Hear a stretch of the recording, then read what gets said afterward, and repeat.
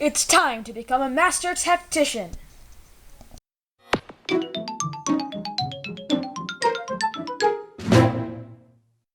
Hello everyone, Karsty5 here, and welcome to my review of Fire Emblem for the Game Boy Advance.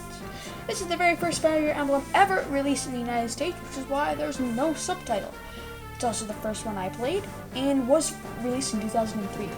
In Japan, this game was called Fire Emblem Reikan no Ken, but I probably pronounced that wrong considering I don't really know Japanese, even though I really do want to. So, first up we have the presentation. Now this game, being on the GBA, doesn't really have that many options, so it goes with a 16-bit style, of course, since most of since some Game Boy Advance games were ported from the Super Nintendo, and that's not a bad thing. In fact, I really enjoy the 16-bit style, and there's some pretty good animations that go along with it, so it shows some of the GBA's power. Next up is the story. Now I will only be covering the first part, or the tutorial.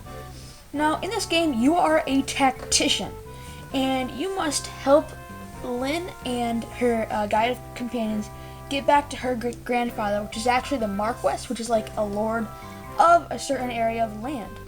And of course, you find that out in the beginning of the game, as I think you are actually stranded and get found by Lynn, and she takes you in.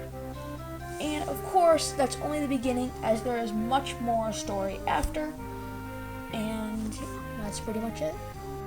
Now, as for the gameplay, that's where Fire Emblem really shines.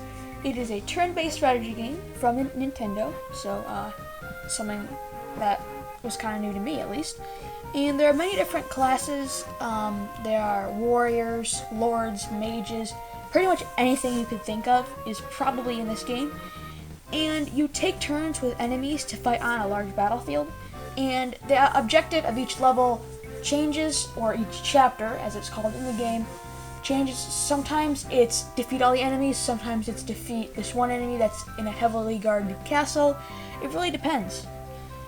And this game has permadeath, which is really annoying, but it really helps you really enjoy the value of all of the characters in the game.